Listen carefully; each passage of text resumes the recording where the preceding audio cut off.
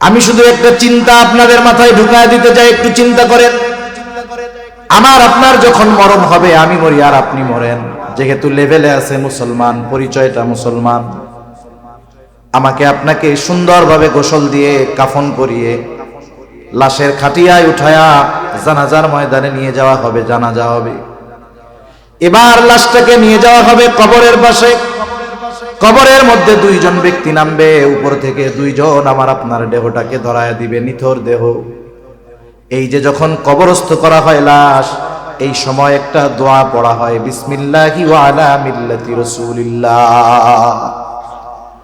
এই দোয়া একদিন এখন আমরা হয়তো পড়ি, এক সময় আমাদের ব্যাপারে পড়বে। কি বলা হয় এই দোয়ার মধ্যে? একটু দিলের কান দিয়া শুনেন শেষ কথা। কি বলা হয়? মূলত বলা হয় এই কথা, আল্লাহ, আপনার নামে এমন একজন মানুষকে এখন কবরস্থ করিতেছি আল্লাহ, যার গোটা হায়াত সুন্নাতের উপরে অতিবাহিত হয়েছে। যখন সে মারা গেছে সুন্নাতের উপরে ছিল, যখন তাকে কবরস্থ করতেছি এখনো সুন্নাতের উপরেই আছে। এমন এক ব্যক্তিকে আপনার নামে এখন কবরে রাইখা দিতেছি, এই কথাটাই মূলত বলা হয়। কষ্ট নিয়েন না, আমি শুধু এতটুকু কথা বলি, আমরা কে কোন সময় মারা যাব বলা যায় না। এখান থেকে আমি বাসায় নাও ফিরে যেতে পারি, এর কোনো নিশ্চয়তা নাই। একটু চিন্তা করে দেখেন, এই দোয়াটা পড়ে অথবা এই কথাটা বলে যেই লোকটাকে কবরস্থ করা হলো, দেখা যাবে গোটা জিন্দেগি সে কখনো সুন্নাতের পাশ দিয়াও হাঁটে না। না তার চেহারায় সুন্নাত আছে, না তার কর্মে সুন্নাত, না তার লেবাসে সুন্নাত ছিল। একটু বুঝে থাকলে জবাব দিবেন, যেহেতু মুসলমানের সন্তান, তার ব্যাপারেও এই দোয়াটা পড়া হবে কি হবে না? কিন্তু বলেন তো, তার বাস্তবতার সাথে আর এই দোয়ার কথার সাথে মিল আছে কি? এখন তার ব্যাপারে এই দোয়াটা সত্য হবে নাকি মিথ্যা হবে? শুধুমাত্র এতটুকু অনুরোধ করি, কোন সময় মরণ হয় বলা যায় না। আমি যদি এখনই মারা যাই অথবা আগামী দিন মারা যাই, 2 দিন পরেও যদি মারা যাই, যখন আমাকে কবরস্থ করা হবে, ওটা হবে আমার অনন্তকালের সফরের প্রথম মঞ্জিল। আমাকে আপনাকে যেন মিথ্যা কথা বলে কবরে না রাখা লাগে, অথবা যেই কথাটা বলবে ওটা আমার আপনার জন্য যেন সত্য হয়, আমার আপনার সাথে যদি কথাটার মিল থাকে, আমার আপনার ব্যাপারে যেন কথাটা সত্য হয়। এই আলোকে যদি জীবন না সাজাতে পারি, মনে রাখবেন ওই জীবন বড় ক্ষমতার অধিকারী হতে পারে, ওই জীবন কোটি কোটি ডলারের মালিক হতে পারে, কিন্তু আল্লাহর কসম, ওই কথাটার সাথে যদি আমার আপনার জীবনের বাস্তবতার মিল না থাকে, আমি আপনি সফল হতে পারি নাই, তাহলে আমার আপনার নামটা ব্যর্থদের তালিকায় চলে যাবে। ক্বালা রাসূলুল্লাহ সাল্লাল্লাহু আলাইহি ওয়াসাল্লাম, মান আহাব্বা লিল্লাহ ওয়া আবগাদা লিল্লাহ ওয়া মানাআ লিল্লাহি ওয়া আ'তা লিল্লাহ ফাকাদ ইসতাকমালাল ঈমান। রাসূল আকরাম সাল্লাল্লাহু আলাইহি ওয়াসাল্লাম বলেন, মান আহাব্বা লিল্লাহ, যে ভালোবাসে আল্লাহ তাআলার জন্য, তার মানে সে যাকেই ভালোবাসবে এই ভালোবাসা হবে আল্লাহ তাআলার সন্তুষ্টির জন্য।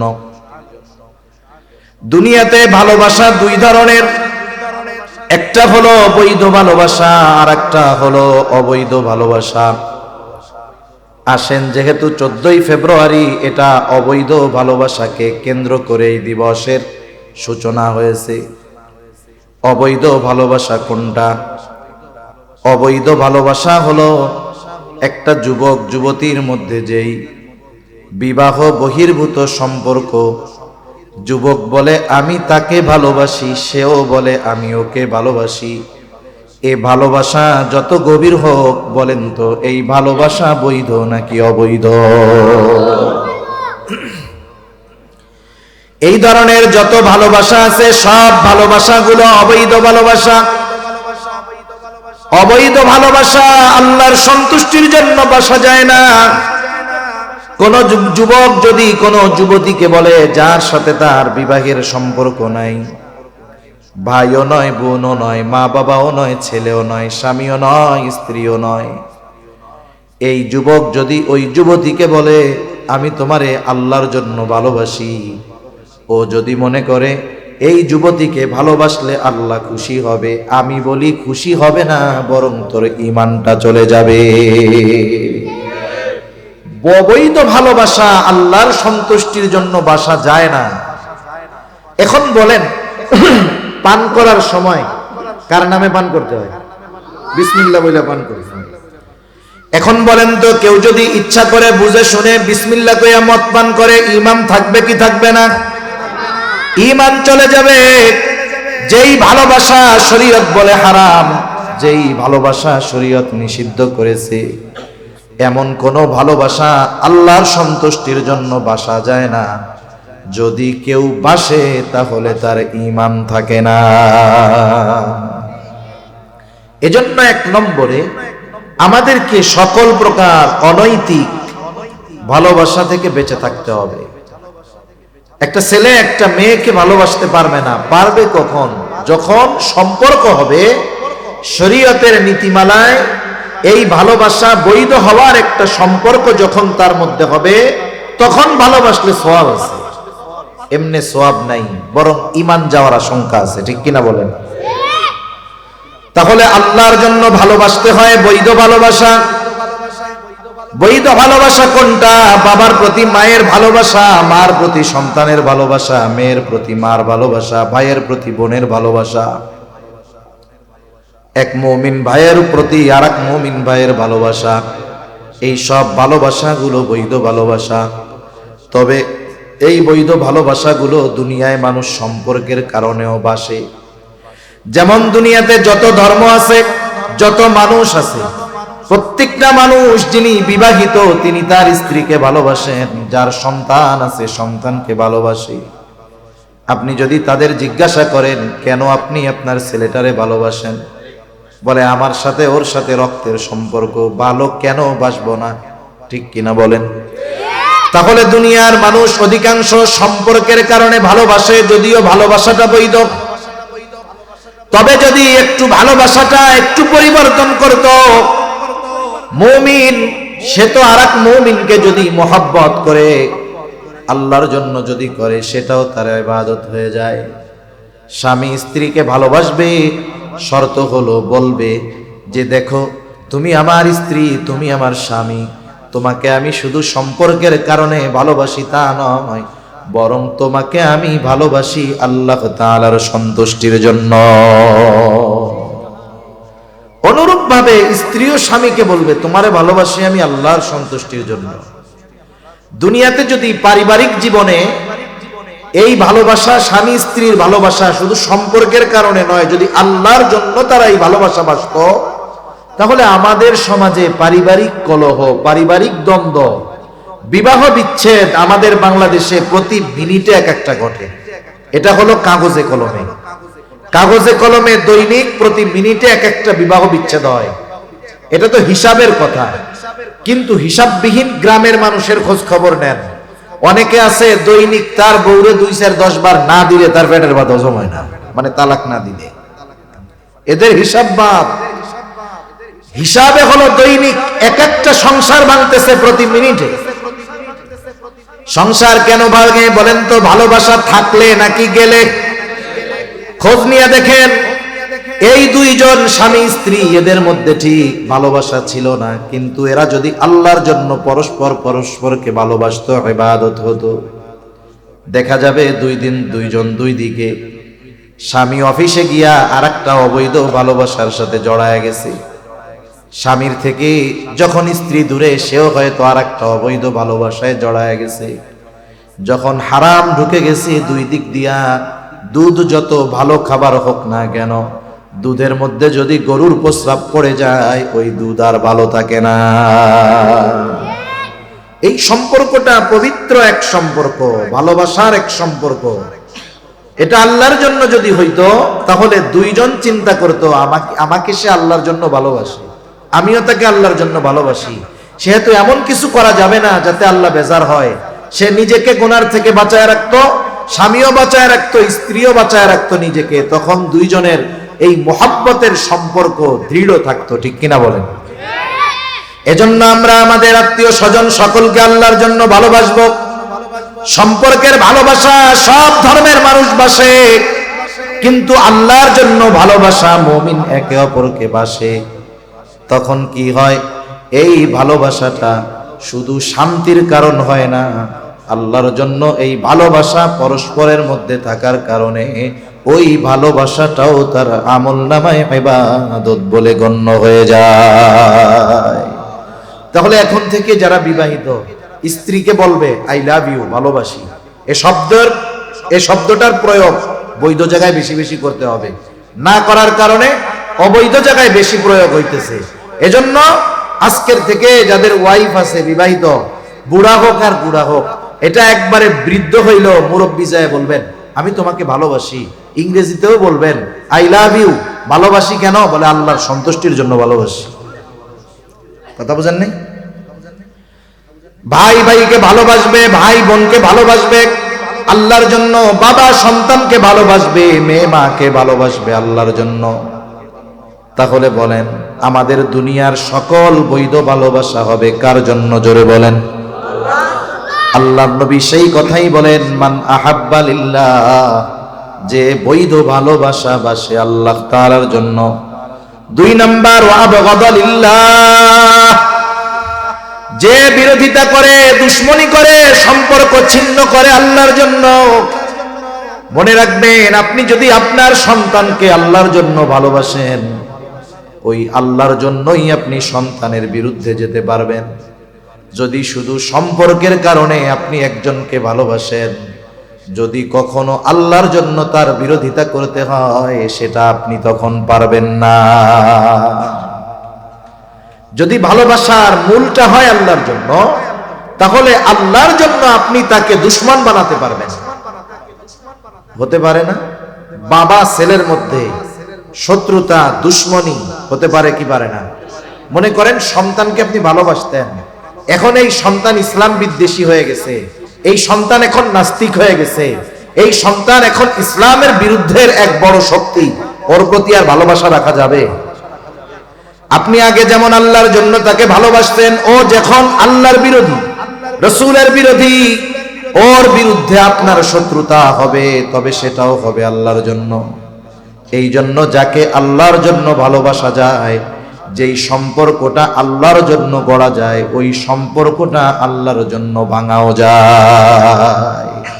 এটা ভালোবাসার মূলনীতি হবে যে আমাদের ভালোবাসা হবে আল্লাহ তাআলার জন্য।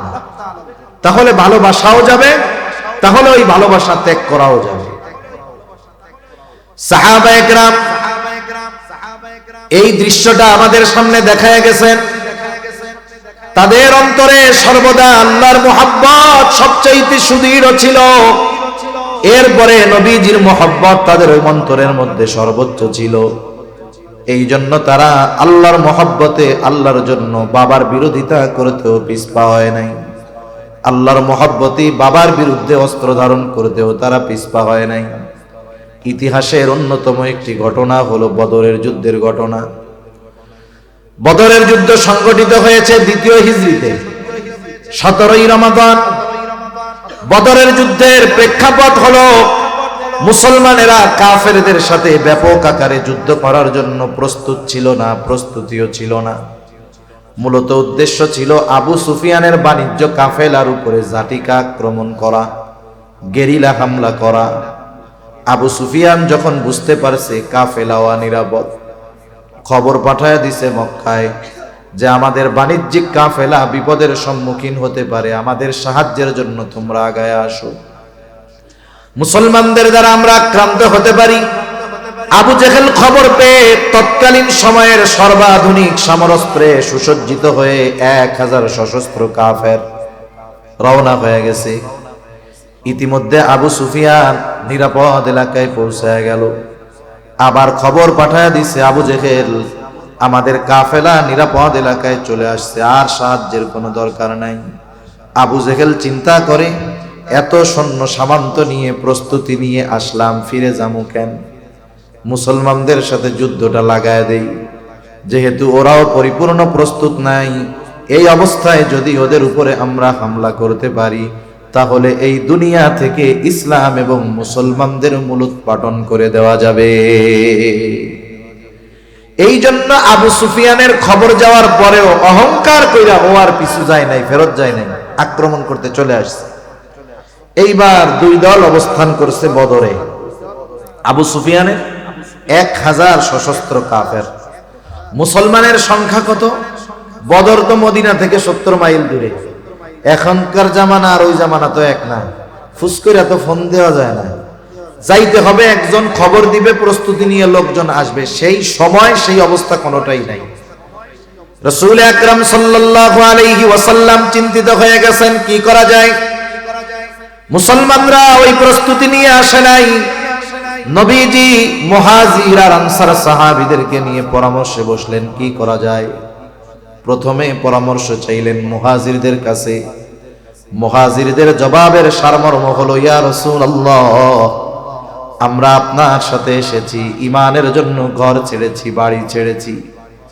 ঈমানের জন্য যদি যুদ্ধ করতে হয়, জিহাদ করতে হয়, জীবন দিতে হয়, আমরা আপনার নির্দেশ মানতে প্রস্তুত। মুহাজিরদের থেকে সম্মতি পাওয়া গেল, কিন্তু সংখ্যায় বেশি ছিল মদিনার সাহাবারা, আনসাররা। নবীজি আনসারদের কাছে যখন এই যুদ্ধের পরামর্শ চাইলেন, কি করা যায়, মুহাজিরদের আনসারদের মধ্য থেকে একজন দাঁড়ায় দিছে।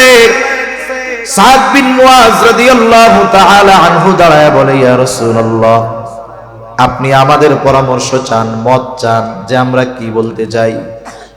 রাসূল, আপনি শুনে নেন, আপনি যদি আমাদের সবাইকে সমুদ্রের পাড়ে দাঁড় করায়া দেন, আর যদি নির্দেশ দেন তোমরা সবাই সমুদ্রের বুকে ঝাঁপায় পড়ো, ইয়া রাসূলুল্লাহ, আপনি এই নির্দেশ দেওয়ার পরে তাকায় দেখবেন আপনার নির্দেশের পর একটা মানুষও সমুদ্রের তীরে দাঁড়ায়া থাকবে না। আপনি অনুমতি চাইতেছেন, আমরা তো আপনার আদেশ মানার জন্য প্রস্তুত। কোনো কারণও জিজ্ঞাসা করব না, কেন সমুদ্রে ঝাঁপায় পড়তে বলতেছেন। আপনি শুধু বলবেন আর আমরা ঝাঁপায় পড়বো, তাকায় দেখবেন একজনও দাঁড়ায় নাই। আরেকজন বলে, ইয়া রাসূলুল্লাহ, আপনি এত চিন্তা করেন কেন? আমরা আপনার সামনে, পেছনে, ডানে বামে, চতুর্দিকে অবস্থান নিয়ে কাফেরদের বিরুদ্ধে যুদ্ধ করব। আমরা এমন ভাবে যুদ্ধ করব, আপনি আমাদের যুদ্ধ দেখে খুশি হয়ে যাবেন। নবীজি বাছাই করে পাইলেন 313 জন। 313 জনের কাছে 313টা অস্ত্র নাই। যুদ্ধের ময়দানে প্রাইমারি কিছু আর্মস আছে, যেটা সব সৈন্যের কাছে থাকবে, এটা কমন। তৎকালীন সময়ের যুদ্ধ জেহাদের মধ্যে তলোয়ার, এটা হলো প্রাথমিক এক অস্ত্র। অথচ এই তলোয়ার আছে 100টা, লোকের সংখ্যা হলো 313 জন। 313 জনের কাছে 313টা তলোয়ার নাই। প্রচন্ড গরম, রোজা রেখে, প্রথম বছর রোজা ফরজ হয়েছে, প্রচন্ড গরমের সময় রোজা ফরজ হয়েছে।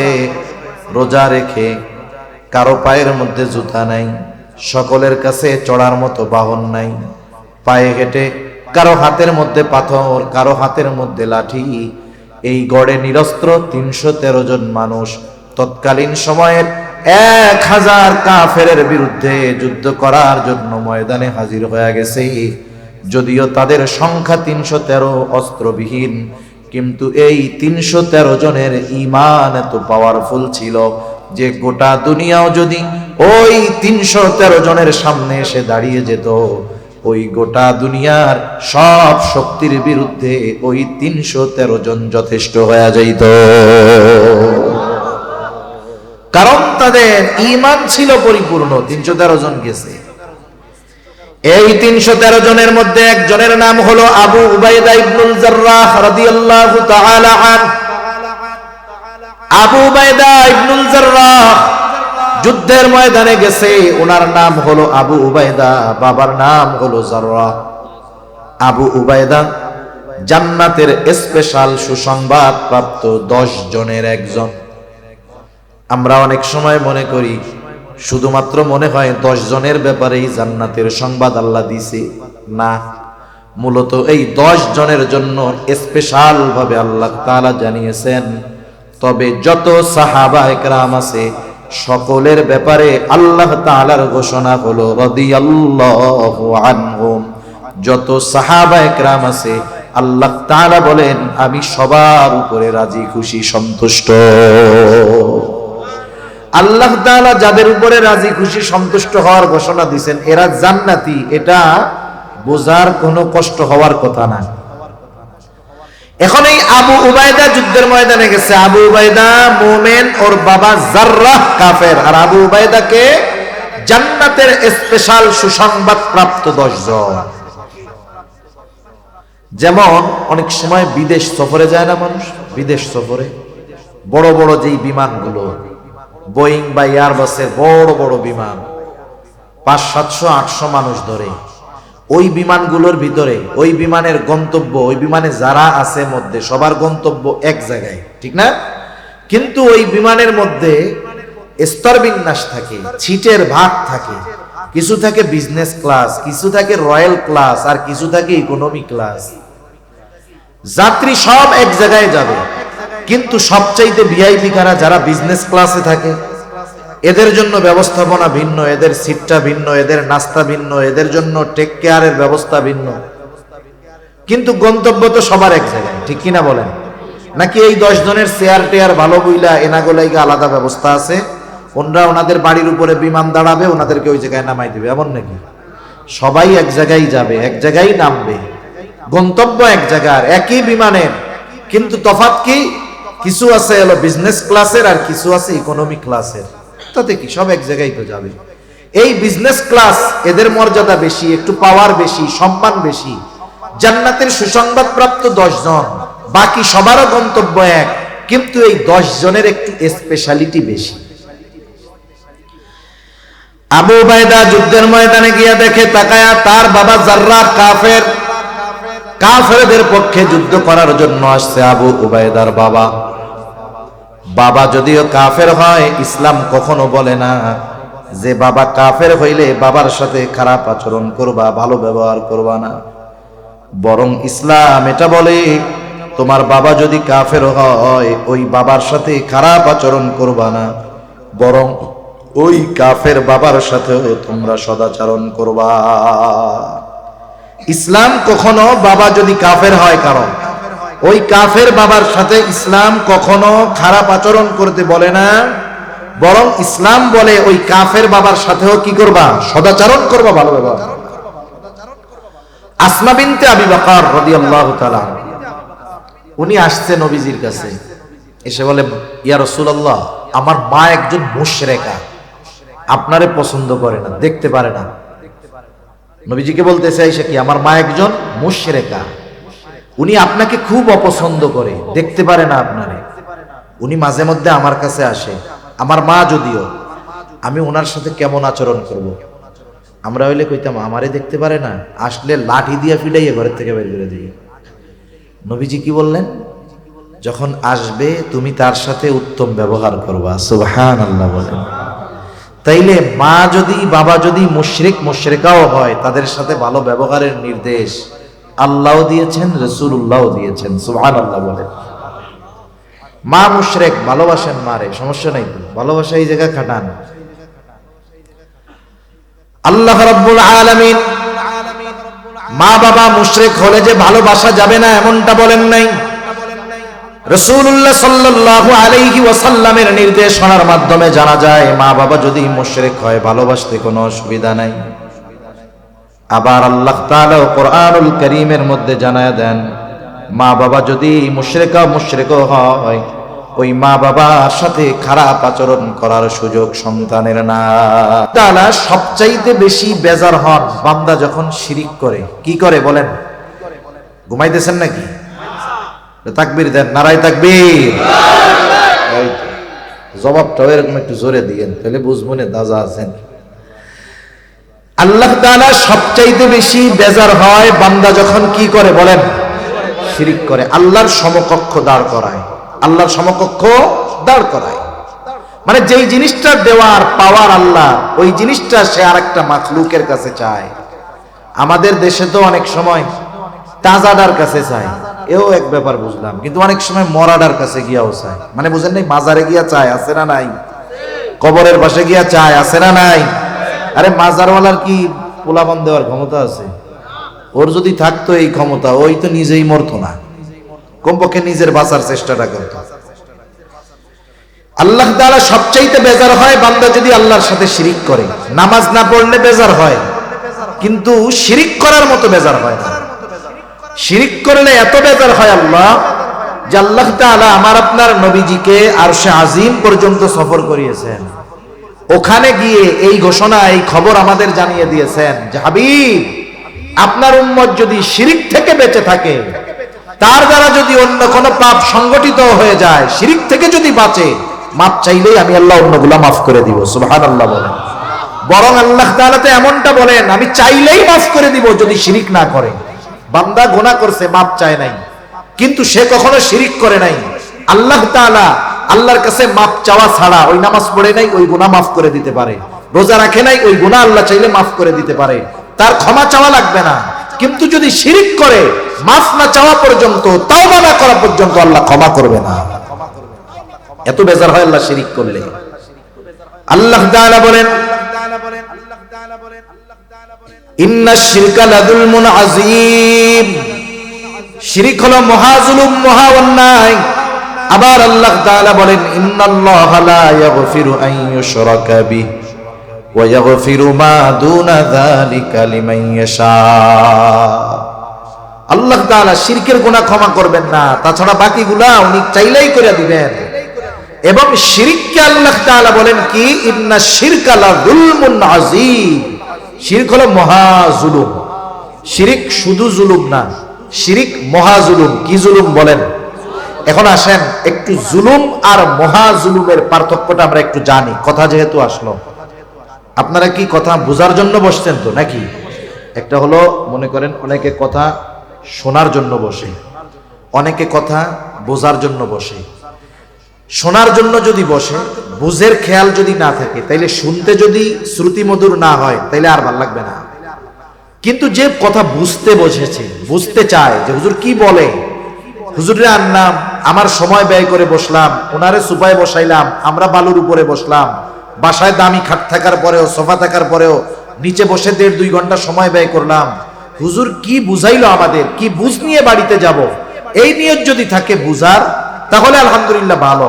আর যদি শুধু চিন্তা করেন যে আমার শুনতে ভালো লাগতেছে কিনা, এটা যদি ওটার সাথে কম্পেয়ার করেন, তাইলে তো কঠিন হয়ে দাঁড়াবে। আপনারা বুঝবার নিয়তে বসছেন তো। এখন আসেন, শুধু জুলুম আর মহাজুলুম। আল্লাহ বলছেন শিরিক মহাজুলুম। কেন? জুলুম কিভাবে হয়? জুলুম হয় হলো সবল কর্তৃক দুর্বলের উপরে যেটা করা হয় অন্যায়, ওটাকে বলে জুলুম। যার সবল, পাওয়ার আছে, ক্ষমতা আছে, আর একজন পাওয়ার নাই, ক্ষমতা নাই, দুর্বল, ওর উপরে যদি কোনো অন্যায় করা হয়, অবিচার করা হয়, এটাকে বলে কি বলেন? যেটা সবল কর্তৃক দুর্বলের প্রতি করা হয়। আর মহাজুলুম কোনটা? যেটা দুর্বল কর্তৃক সবলের উপরে করা হয়। আমরা দুর্বল, আমরা কি বলেন না, দুর্বল। কত দুর্বল? আল্লাহ বলেন খুলিকাল ইনসানু যায়ীফা। আল্লাহই বলেন আমি মানুষকে অতি দুর্বল করে সৃষ্টি করেছি। এখন শিরিক করা এটা অন্যায়। শিরিক কি বলেন? অন্যায় না? সবল যদি দুর্বলের প্রতি অন্যায় করে, এটা কি হয় বলেন? জুলুম। যেহেতু শিরিক করা অন্যায়, তাহলে শিরিক করি কার ব্যাপারে? আল্লাহর ব্যাপারে। আমরা দুর্বল, দুর্বল কর্তৃক সবলের ব্যাপারে যদি অন্যায় করা হয়, ওটা ছোট জুলুম না, ওটা মহা জুলুম। এজন্য আল্লাহ তাআলা শিরিকের ব্যাপারে বলছেন শিরিক হলো মহা জুলুম। তোমরা দুর্বল হইয়া আমার উপরে অবিচার করো, অন্যায় করো। সেজন্য শিরিককে আল্লাহ কি বলেছেন? শুধু জুলুম না, মহা জুলুম। আশা করি এতটুকুতে বুঝতে পারছেন তো। এই শিরিক করলে আল্লাহ তাআলা সবচাইতে বেশি বেজার হয়। এখন ওই শিরক যদি আমাকে আপনাকে কেউ করতে বলে, তার উপরে আল্লাহ বেজার হবে না? আপনি জানেন যখন আপনাদের এই সব অঞ্চলে মারামারি টারামারি হইতো নাকি আগে, যেমন দুইটা দল থাকে না, গ্রামে দল থাকে, বিভিন্ন এলাকায় দুইটা গ্রুপ থাকে, দুই গ্রুপের দুইজন লিডার থাকে, দুই লিডার ঢাকায় থাকে আলিশান বাড়ি বাসায়। এখন ওই দুই লিডারের অনুপস্থিতিতে ওই এলাকার দুই গ্রুপের মধ্যে মারামারি লেগে গেছে। মারামারি লাগার পরে এক গ্রুপের একজন মারা গেছে। এরকম গ্রুপিং যেই সব এলাকায় আছে, যেই গ্রুপে লোক মারা যায় ওরা মনে মনে কয় আলহামদুলিল্লাহ খুব ভালো হয়েছে, কারণ যেই গ্রুপে লোক মরছে আইনত এরা তখন পাওয়ারফুল হয়ে যায়। আর এক গ্রুপ হত্যাকারী, এদেরকে হত্যা করা হয়েছে। এখন মারামারি গেঞ্জাম যে লাগছে, ওই যে লিডার সে জানেও না, খোঁজ খবরই নাই, সে আছে বিদেশে, ফোন টোন সব বন্ধ, গেছে ওমরা করতে। এদিক দিয়া তার লোকরা প্রতিপক্ষকে এমন সাইজ দিছে একটা মইরাই গেছে। সে তো বিদেশে, ফোন বন্ধ, খোঁজ খবর নাই, জানেও না। এখন যাদের লোক মারা গেছে তারা থানায় গিয়া মামলা দিছে। আমারে বলেন তো 1 নম্বর আসামি কে হবে? বেজাল গোজাল মনে হয় হেমায়তপুরীর লোকজন বোঝে না,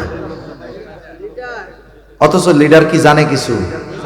তার মানে বোঝা গেল যে হুকুমদাতা তার নামে মামলা 1 নম্বরে হয়, আর লিডার হইলে হুকুম দেওয়াও লাগবে না, না জানলেও হুকুমদাতা হিসাবে নাম তার হবে। ঠিক কিনা বলেন?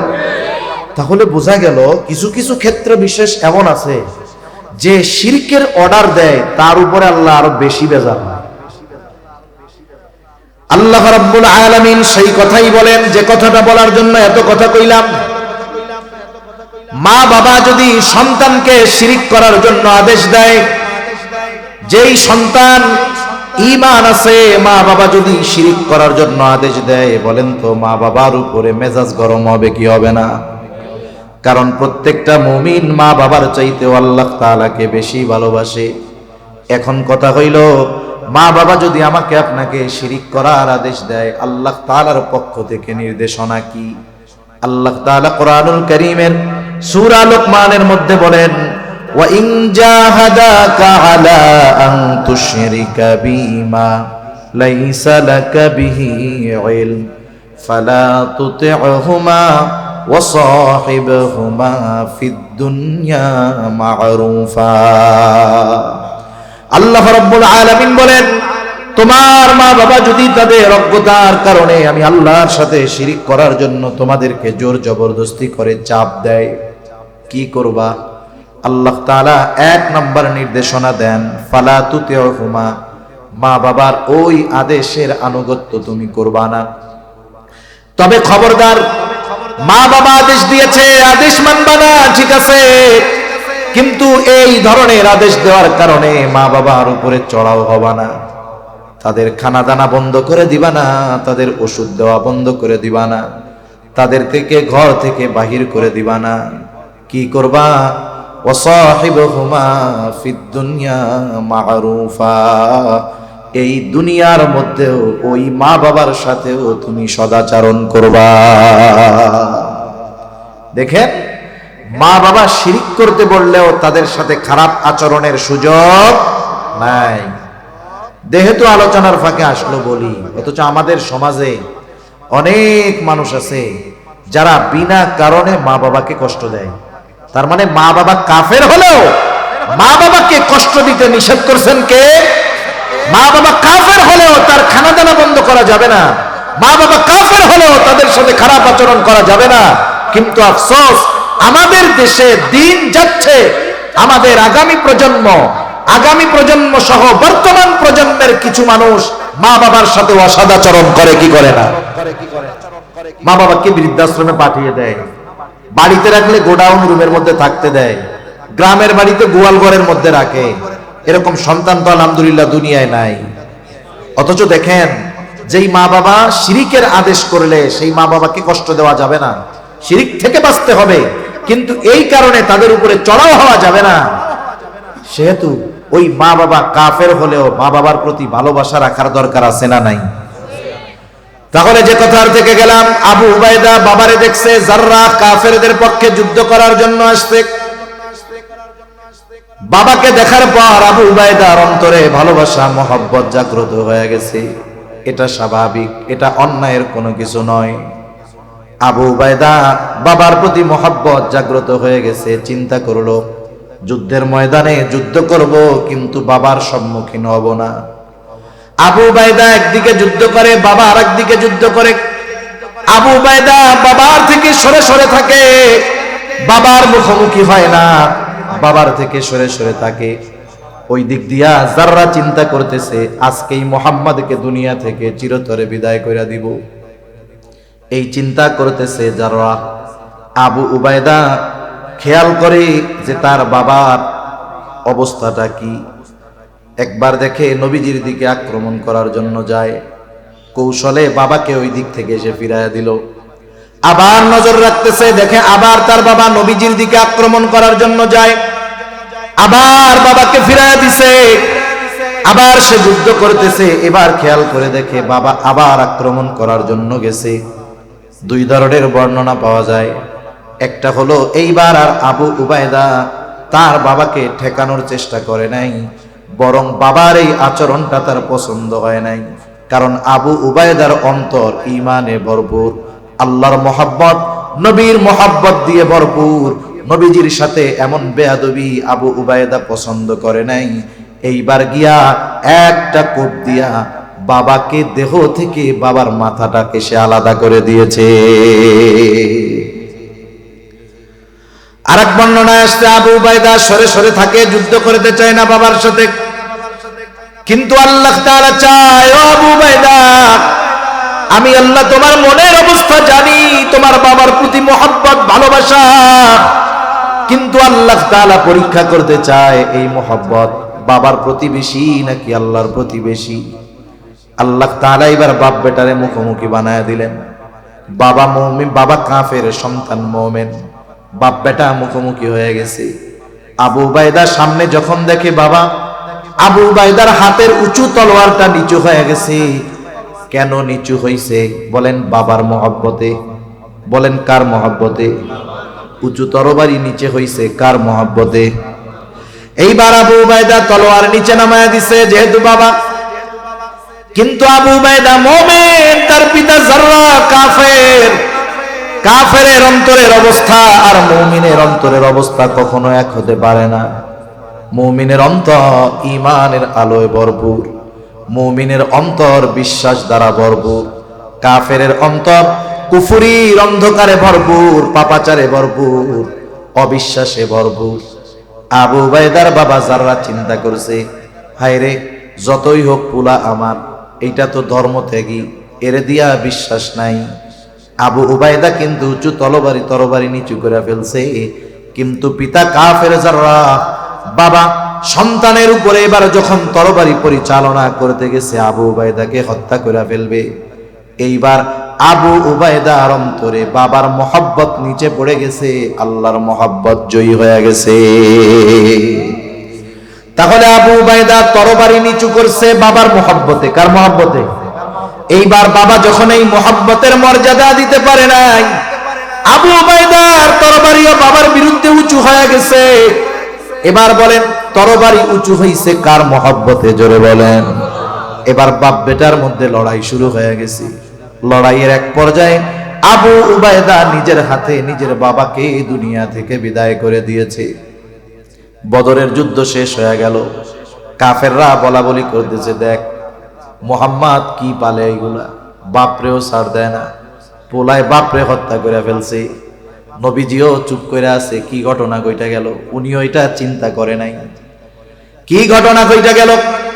কাফেররা ইহুদি নাসারারা বলা বলি করে, দেখ ছেলে বাপরে হত্যা করে ফেলছে।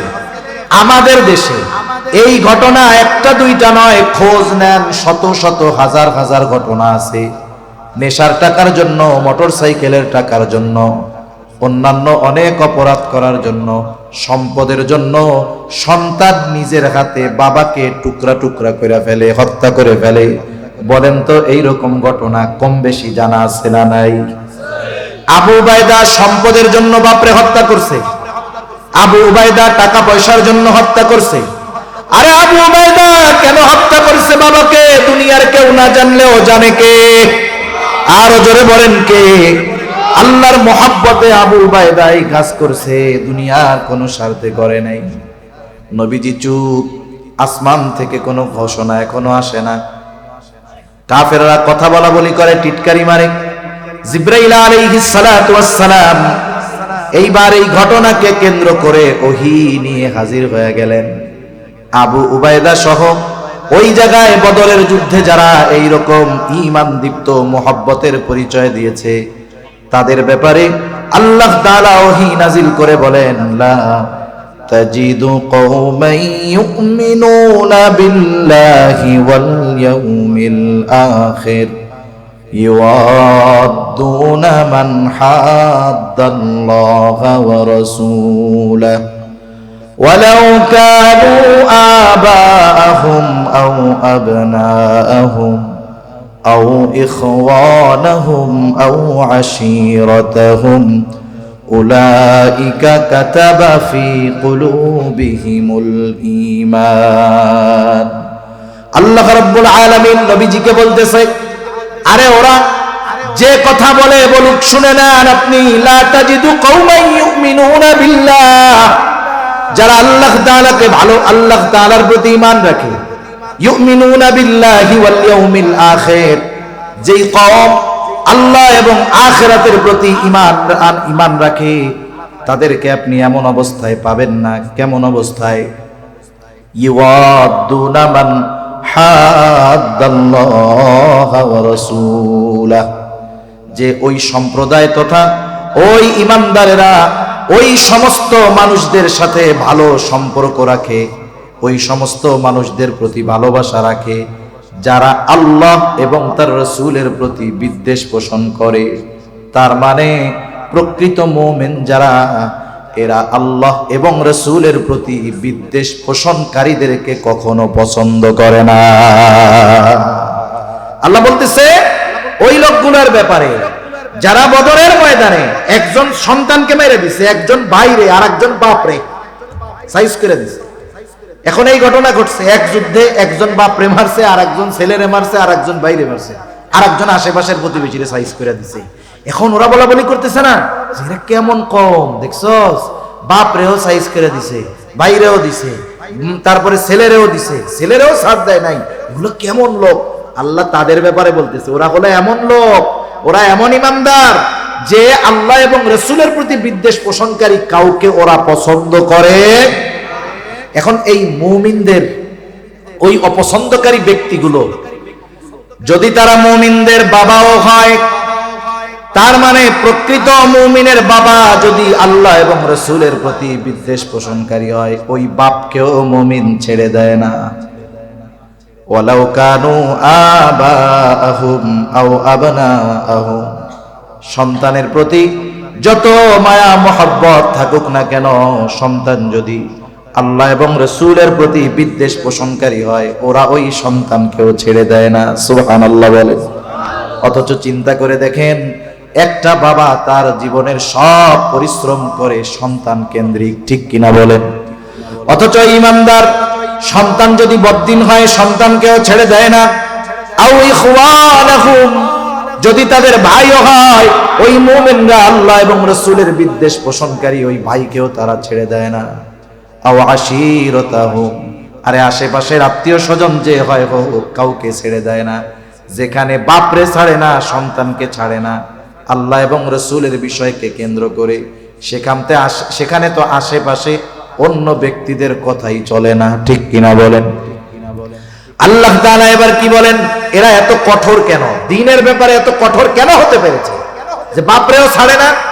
আল্লাহ তাআলা বলেন এই কঠোরতার কারণ হলো উলাইকা কাতাবা ফি কুলুবিহিমুল ঈমান ওয়া আইয়াদাহুম বিরূহিম মিন।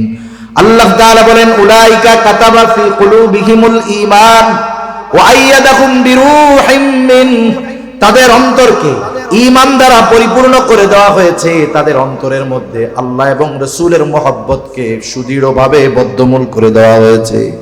সাথে সাথে আল্লাহ তাআলা বিশেষ শক্তি দ্বারা তাদের হাতকে শক্তিশালী করেছে। আল্লাহ তাআলা এবার তাদের আরেকটু প্রশংসা করে বলেন, আপনি জানেন এরা এই কাজ করার কারণে কি প্রতিদান পাবে? কাফেররা বলে কি খারাপ কাজ করলো, আর আল্লাহ বলেন শুনে নেন, এদেরকে আমি অন্তরের মধ্যে স্পেশাল ভাবে ঈমানি শক্তি দিয়েছি। আমি আল্লাহ এবং আপনার প্রতি মহব্বতের কারণে এই পাওয়ার তারা অর্জন করেছে। শুনে নেন, ওয়ায়ুদখিলুহুম জান্নাতিন তাজরি মিন তাহতিহাল আনহার খালিদিনা ফিহা রাদিয়াল্লাহু আনহুম ওয়া রাদু আন। আল্লাহ তাআলা বলেন, এই কর্মগুলো যারা করলো তাদেরকে এমন জান্নাতে প্রবেশ করানো হবে যেই জান্নাতের পাদদেশ দিয়ে আছে প্রবাহিত নহর, সেখানে তারা চিরকাল অবস্থান করবে। শুধু তাই না, কেন এই প্রতিদান দিব? কাফেররা যদিও তাদের এই কর্মের জন্য তিরস্কার করতেছে, আপনি শুনে নেন, রাদিয়াল্লাহু আনহুম ওয়া রাদু আন, তাদের এই কর্মের কারণেই আমি আল্লাহ স্বয়ং তাদের উপরে সন্তুষ্ট। তাহলে আমি যে কথার থেকে গেছি আবার পেছনের দিকে যাই, যে আমার আপনার কারো সাথে যদি দুশ্মনী পোষণ করতে হয়, শত্রুতা করতে হয়, বিরোধিতা করতে হয়, আমার সম্পদের জন্য করব না, জায়গা জমির জন্য করব না, ক্ষমতার জন্য করব না। যদি আমার বাবাকেও দুশ্মন বানাতে হয়, কার জন্য বানাবো? আরো জোরে বলেন, কার জন্য? আপনি আমাকে গোটা দুনিয়ার মধ্যে এমন একটা ঘটনা দেখান, এক বাবা তার ছেলেরে মাইরা ফেলছে, আল্লাহর জন্য একটাও পাবেন না। বাপ ছেলেরে মারতেছে, ছেলে বাপরে মারতেছে, দুনিয়ার পাওয়ার, জমি, জাতি, ক্ষমতা এইসবের জন্য। কিন্তু আল্লাহর মুহাব্বতকে প্রাধান্য দিয়ে এই ধরনের কাজ করা, এটা যেন তেন ব্যাপার নয়। তাহলে আসেন আমরা আর একটু সামনে যাই, আপনাদের কষ্ট হয়ে যাচ্ছে বেশি, সময় হয়ে গেছে অনেক। রাসূলুল্লাহ সাল্লাল্লাহু আলাইহি ওয়াসাল্লাম বললেন, এক নাম্বার, মান আহাব্বা লিল্লাহ, ভালোবাসতে হবে কার জন্য? জোরে বলেন। যাকে ভালোবাসলে আল্লাহ খুশি হবে, আমরা অবশ্যই অবশ্যই তাকে ভালোবাসবো। এই ভালোবাসাটা হবে আল্লাহর জন্য। বলবো, ভাই আপনারে আল্লাহর জন্য ভালোবাসি। এখন যদি কাউকে দুশ্মন বানাতে হয়, শত্রু বানাতে হয়, জাগতিক কোনো কারণে দুশ্মন বানাবো না। দুশ্মনও যদি বানাতে হয়, নিজের বাবাকেও দুশ্মন বানাবো, তবে কার মহব্বতে? ওমান আলিল্লাহ, কাউকে কিছু যখন দিব, প্রদান করব, কার সন্তুষ্টির জন্য? কাউকে কিছু থেকে যখন বাধা প্রদান করব, কার সন্তুষ্টির জন্য? এই চারটা বিষয় যদি আমার আপনার মধ্যে চলে আসে, ভালোবাসা যদি আল্লাহর সন্তুষ্টির জন্য হয়, শত্রুতা যদি আল্লাহর সন্তুষ্টির জন্য হয়, কাউকে দেওয়া যদি সন্তুষ্টির জন্য হয়, কাউকে কিছু থেকে বাধা দেওয়া যদি আল্লাহর সন্তুষ্টির জন্য হয়, নবীজি বলেন, শুনে নাও, ফাকাদ ইস্তাকমালাল ঈমান, এই চার গুণ সম্পন্ন মুমিন, সে হলো কামেল মুমিন, সে তার ঈমানকে পরিপূর্ণ করলো। আর আল্লাহকে সবচেয়ে বেশি ভালোবাসে কে? যার ঈমান পরিপূর্ণ। এখন কার ঈমান পরিপূর্ণ এটা আমরা বুঝতে পারছি তো? বুঝেন নাই? যার মধ্যেই চার গুণ থাকবে, ভালোবাসবে আল্লাহর জন্য, দুশ্মনী করবে আল্লাহর জন্য, কাউকে কিছু দিবে আল্লাহর জন্য, কাউকে কিছু থেকে বাধা দিবে আল্লাহর জন্য, তার ঈমান পরিপূর্ণ। আর ওই ব্যক্তির ব্যাপারেই আল্লাহ বলেন, ওয়াল্লাযীনা আমানু আশাদ্দু হুব্বাল লিল্লাহ, যেহেতু তার ঈমান পরিপূর্ণ আর সে আল্লাহকে ভালোবাসে, সুদৃঢ় ভালোবাসা। সুবহানাল্লাহ বলেন। তাহলে এক নম্বরে আমাদের সর্বোচ্চ ভালোবাসতে হবে কাকে? দুই নাম্বার, আল্লাহর রাসূলকে সর্বোচ্চ ভালোবাসতে হবে। আমি আলোচনা বেশি লম্বা করব না, আমি বেশি সময় আর কষ্ট দিব না। কেন নবীকে সবচাইতে বেশি ভালোবাসবো, এর দুই একটা কথা আমি বলবো আপনাদের। বলেন তো, আল্লাহকে ভালোবাসবো কেন? কারণ আল্লাহ আমাদের ভালোবাসে। মনে করেন আপনারে যদি একজন এই পরিমাণ ভালোবাসে যে সে আপনার জন্য জীবন দিতে প্রস্তুত, আপনিও তাই, তাহলে তাকে ভালোবাসতে গিয়ে জীবন দিতে হলে পিছপা হবেন? বলেন তো, পিছপা হবেন না, কমপক্ষে তো সমান সমান বাসবেন। এখন আসেন, আল্লাহরে যে আমরা সর্বোচ্চ ভালোবাসবো, কেন বাসবো, এর একটা জবাব দেই পরের আলোচনায় যাওয়ার আগে। কষ্ট হচ্ছে না তো আপনাদের? ঘুম আসতেছে? তাকবীর দেন আবার, নারায়ে তাকবীর। মাশাআল্লাহ, বোঝা যাচ্ছে ঈমান দীপ্ত শক্তি কিছু আছে। এখন আল্লাহকে কেন ভালোবাসবো? বিষয় হলো, আল্লাহ আমাদের সবচাইতে বেশি ভালোবাসে। আমাদের সবচেয়ে বেশি ভালোবাসে কে? কত ভালোবাসে? একটা হাদিস বলি, এরপরে আমি পরের আলোচনায় যাই। আল্লাহ তাআলা আমাদের কত ভালোবাসে, কত ভালোবাসা আমাদের জন্য আল্লাহ তাআলার। রাসূল আকরাম সাল্লাল্লাহু আলাইহি ওয়াসাল্লাম বলেন, ইন্না লিল্লাহি মিআতু রাহমাহ আনজালা মিনহা রাহমাতান ওয়াহিদাতান বাইনাল জিন্নি ওয়াল ইনস ওয়াল বাহাইমি ওয়াল হাওয়া। নবীজি বলেন, আবু হুরায়রা রাদিয়াল্লাহু তাআলা আনহু থেকে বর্ণিত হাদিস, নবীজি বলেন আল্লাহ তাআলার কাছে 100টা রহমত আছে। এই রহমতের অর্থ ধরবেন ভালোবাসা। 100টা কি আছে? রহমত আসছে রহিম শব্দ থেকে। আমি যাক শব্দিক ব্যাখ্যা আর যাব না, তাহলে আরেক ঝামেলা হয়ে যাবে। রহমত মানে আপনি ভালোবাসাই অর্থ নেন। আল্লাহ তাআলার কাছে 100 ভালোবাসা আছে, 100 রহমত আছে। কয়শো? আনজালা মিনহা রাহমাতান ওয়াহিদাতান বাইনাল জিন্নি ওয়াল ইনস ওয়াল বাহাই ওয়াল হাওয়াই। ওই 100 ভালোবাসা থেকে একটা ভালোবাসা, 100 রহমত থেকে একটা রহমত, অথবা 100 ভাগ দয়া রহমত ভালোবাসা থেকে 1 ভাগ দয়া মায়া রহমত আল্লাহ তাআলা গোটা সৃষ্টি কুলের মাঝে বন্টন করে দিয়েছেন। পৃথিবীর শুরু থেকে নিয়ে শেষ পর্যন্ত শুধু মানুষ না, যত মাখলুক ছিল, আছে, আসবে, সকলের মধ্যে আল্লাহ তাআলা 100 ভাগ থেকে কয় ভাগ বন্টন করে দিবেন? জোরে বলেন। ওই 1 ভাগ থেকে একটা অংশ আমার আপনার নবীকে আল্লাহ তাআলা দিয়েছেন। ওই 1 ভাগ থেকে গোটা দুনিয়ার সব মা বাবার মধ্যে দিয়েছেন। সেটা হোক মানুষ, সেটা হোক জিন, সেটা হোক জঙ্গলের হিংস্র প্রাণী। সকল হিংস্র প্রাণীর মধ্যেও সন্তানের জন্য মায়া আছে না নাই? আল্লাহ তাআলা সকলের মধ্যে দিয়েছেন। আমার আপনার নবীকেও ওই 1 ভাগ থেকে একটা অংশ আল্লাহ তাআলা দিয়েছে। নবীজি বলেন, আখরাল্লাহু লাহু 99 রাহমাত। বাকি 99 ভাগ ভালোবাসা, দয়া, মায়া, রহমত আল্লাহ তাআলা নিজের কাছে সংরক্ষণ করে রাখছে। কেন? 1 ভাগ দিছে গোটা সৃষ্টিকুলের মধ্যে, শুরু থেকে নিয়ে শেষ পর্যন্ত সকল প্রাণীর অন্তরে এই 1 ভাগের একটা অংশ গেছে। যেমন বিষধর সাপ, পুরো বাচ্চার জন্য মায়া আছে না নাই? ওই মায়াটুকু 1 ভাগের একটা অংশ। বাপ কত হিংস্র বলেন তো, তার বাচ্চার জন্য তার অন্তরের মধ্যে মায়া, মহব্বত, ভালোবাসা আছে না নাই? ওই 1 ভাগের থেকেই একটা অংশ। নবীজি বলেন আল্লাহ তাআলা বাকি 99 ভাগ দয়া, মায়া, রহমত, ভালোবাসা নিজের কাছে রাখছেন। কেন? নবীজি বলেন ইয়াগফিরু বিহি ইবাদাহু ইয়াউমাল কিয়ামাহ। বাকি 99 ভাগ দয়া, মায়া, রহমত, ভালোবাসা দিয়ে আল্লাহ তাআলা কিয়ামতের দিন তার গুনাহগার বান্দাদেরকে ক্ষমা করে দিবে। তাহলে আল্লাহ তাআলা আমাদের সবচেয়ে বেশি ভালোবাসে। এই জন্য আমাদেরও সবচেয়ে বেশি ভালোবাসতে হবে কাকে? এই ভালোবাসা শুধু হুজুররা বাসবে আর মুরব্বীরা বাসবে, যুবকরা গিয়া যুবতীদের বাসবে, এরকম নাকি? তাহলে চিন্তা করে দেখেন, আমার আপনার অন্তরের মধ্যে ভালোবাসা আছে না? এই ভালোবাসা যদি আপনি অবৈধ জায়গায় ব্যয় করেন, আল্লাহর কসম এই ভালোবাসার খেয়ানত হবে। কিয়ামতের দিনের জবাব আল্লাহর কাছে দেওয়া লাগবে যে আমি তোর অন্তরে মুহাব্বত দিয়েছিলাম, ভালোবাসা দিয়েছিলাম, তুই অবৈধভাবে ভালোবাসা ব্যয় করেছিস, অথচ আমি আল্লাহ এবং আমার রাসূলের প্রতি তোর ভালোবাসা ছিল না। তুই খেয়ানত কেন? ঠিকানা জাহান্নামে যা।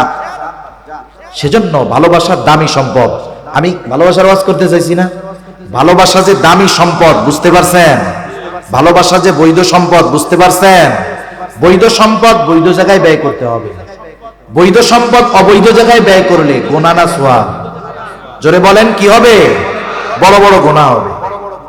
এখন আসেন ফার্স্ট পার্ট কমপ্লিট, মোটামুটি সংক্ষিপ্ত সারে, যে আমাদের অন্তরে যে ভালোবাসা আছে এটা আমাদের পরিবার পরিজন, আত্মীয় স্বজন, মুমিনের জন্য হবে, তবে সম্পর্কের জন্য নয়। এই ভালোবাসাটাও হবে আল্লাহর জন্য। কার জন্য? যেহেতু আমরা আমাদের জীবনের সর্বোচ্চ ভালোবাসা রেখেছি কার জন্য? আল্লাহর জন্য। দ্বিতীয়, নবীজির জন্য হবে এর পরবর্তী ভালোবাসা। নবীজির জন্য ভালোবাসা হবে আমার আপনার জীবনের চাইতে বেশি। আল্লাহ এবং রাসূলকে ভালোবাসতে হবে। এখন নবীজিকে সর্বোচ্চ ভালো কেন বাসবো? নবীজিকে কেন ভালোবাসবো একটু শুনেন। একটা উদাহরণ দিই, অল্প সময়ের মধ্যে তাহলে শেষ করে দিতে পারবো। এখন আপনাকে একজন মানুষ শুধু বলে ভাই আপনারে খুব ভালোবাসি, কি বলে বলেন? বলে না দোস্ত তোমারে আমি খুব ভালোবাসি, দোস্ত তোমার লাইগা জীবনে পড়লে মা জীবন দিয়ে দেয়, মা বাবা জীবন দিয়ে দেয়। কিন্তু কঠিন মুসিবতের দিন যখন মানুষেরা পড়ে যাবে, সেই দিন মা সন্তানকে চিনবে না, সন্তান মাকে চিনবে না। আল্লাহ তাআলা বলেন ইয়াউমা ইয়াফিরুল মারউ মিন আখিহি ওয়া উম্মিহি ওয়া আবিহি ওয়া সাহিবাতিহি ওয়া বানিহি লিকুল্লি ইমরিইম মিনহুম ইয়াউমাইযিন শা'নুন ইউগনি। আল্লাহ তাআলা বলেন কিয়ামতের দিন ভাই ভাইয়ের থেকে পলায়ন করবে। ওয়া উম্মিহি ওয়া আবিহি, পিতা মাতার থেকে পলায়ন করবে। ওয়া সাহিবাতিহি ওয়া বানিহি, স্ত্রী সন্তানদের থেকে পলায়ন করবে। একটু চিন্তা করে দেখেন, দুনিয়ায় ভাই বিপদে পড়লে ভাই দৌড়ায়া যায়। দুনিয়ায় মা বাবা, সন্তান যখন বিপদে পড়ে মা বাবা দৌড়ায় আসে। মা বাবার প্রতি সন্তানের কত মহব্বত থাকে। মা বাবা সন্তানের জন্য যদি জীবন দিতে হয় দুনিয়ায় জীবনও দিয়া দেয়। দুনিয়ায় স্ত্রী সন্তান তাদেরকে কেন্দ্র করে এই জীবন গড়ে। সন্তানের চেহারা দেখলে সারা দিনের ক্লান্তি নিমেষেই দূর হয়ে যায়। কিন্তু কিয়ামতের দিন ওই সন্তান বাবার মুখোমুখি হইতে যাবে না। যেই মা সন্তানের জন্য দুনিয়ায় জীবন দিয়ে দেয়, ওই সন্তানের মুখোমুখি মা সেই দিন হতে চাইবে না। আল্লাহ তাআলা বলেন সবাই সবার থেকে পালায়া থাকবে, লুকায়া থাকবে। প্রত্যেকটা মানুষ তার নিজের চিন্তায় বিভোর থাকবে। আল্লাহ তাআলা কোরআনুল কারীমের মধ্যে জানায়া দেন, তাফসীরের মধ্যে আসছে, এমনও হবে মানুষেরা এমন করে বলবে, মানুষেরা এরকম বলবে, আল্লাহ সারা দুনিয়ার সব মানুষকে জাহান্নামে দিয়ে হলেও আপনি আমাকে আপনি জান্নাতে দিয়া দেন। তাহলে মুসিবতটা কত বড় একটু চিন্তা করে দেখেন।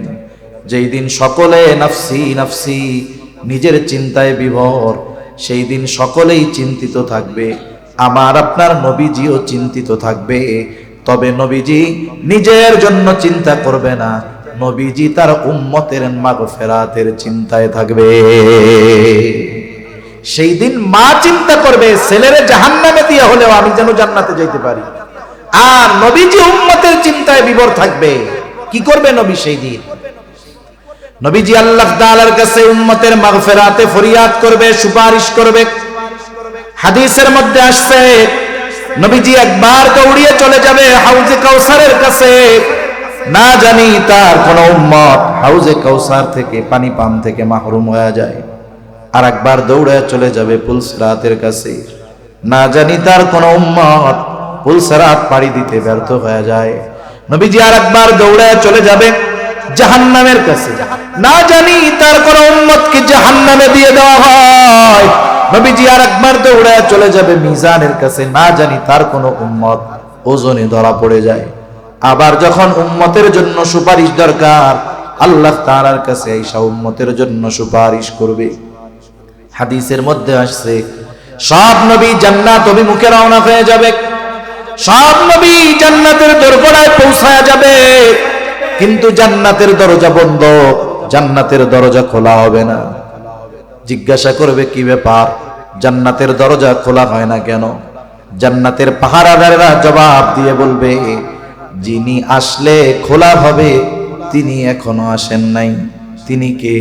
বলে তিনি হলেন মুহাম্মদুর রাসূলুল্লাহ সাল্লাল্লাহু আলাইহি ওয়াসাল্লাম। কোথায় তিনি? বলে তিনি এখনো হাসরের ময়দানে।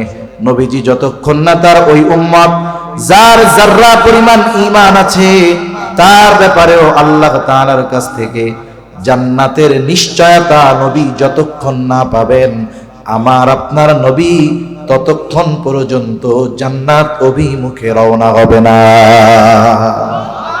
একটু চিন্তা করেন। আমি কোন পলিটিক্যাল লিডার বা পলিটিক্সের কথা বলি না, কিন্তু দেশের বড় পলিটিক্স যারা করে এরা আমাদের আশেপাশের কাছের আত্মীয় স্বজন। একটু চিন্তা করে দেখেন তো, একজন যখন এমপি ছিল তার পাশে সবাই গুড়গুড় করছে, তাই না? কত মহব্বত ভালোবাসা জীবন দিতে গেছে। ব্যক্তি তো বাইসা আছে, খালি তার এমপিত্ব নাই। এখন পাশে গিয়া মাসিও বসে না, ঠিক কিনা বলেন? এটা হলো দুনিয়ার ভালোবাসার প্র্যাকটিক্যাল একটা এক্সাম্পল। যে দেখেন দুনিয়ার ভালোবাসাটা 100% কোন না কোন ভাবে স্বার্থ জড়িত থাকে, কিন্তু নবী তার উম্মতকে যাররা পরিমাণ স্বার্থের জন্য মহব্বত করেন না। যেই নবী আমাকে আপনাকে এত ভালোবাসে, বলেন সেই নবীর প্রতি আমার আপনার জীবনের চাইতে বেশি ভালো হওয়ার দরকার আছে না নাই? আরে মা বাবার চাইতে নবীকে বেশি ভালোবাসতে হবে। আমার জীবনের চাইতে আমাকে নবীকে বেশি ভালোবাসতে হবে। কারণ আমি আমার ক্ষমার ব্যাপারে যত না চিন্তিত, তার চাইতে নবীজি আমার ক্ষমার ব্যাপারে বেশি চিন্তিত। তাহলে আমি আমাকে যতটুকু ভালোবাসি, তার চাইতে নবীজি আমাকে আপনাকে বেশি ভালোবাসে। তাহলে বলেন, এ ভালোবাসা কি ওই পায়খানার ট্যাঙ্কি নিয়ে ঘুরে বেড়ানো একটা মেয়ের জন্য হবে নাকি নবীজির জন্য হবে? তাহলে ভালোবাসা কোথায় দিচ্ছি আমরা? আমাদের এই ভালোবাসাগুলো কোথায় দিচ্ছি একটু চিন্তা করেন।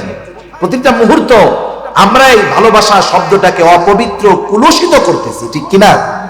যে ভালোবাসা হওয়ার কথা ছিল আল্লাহর জন্য, নবীর জন্য।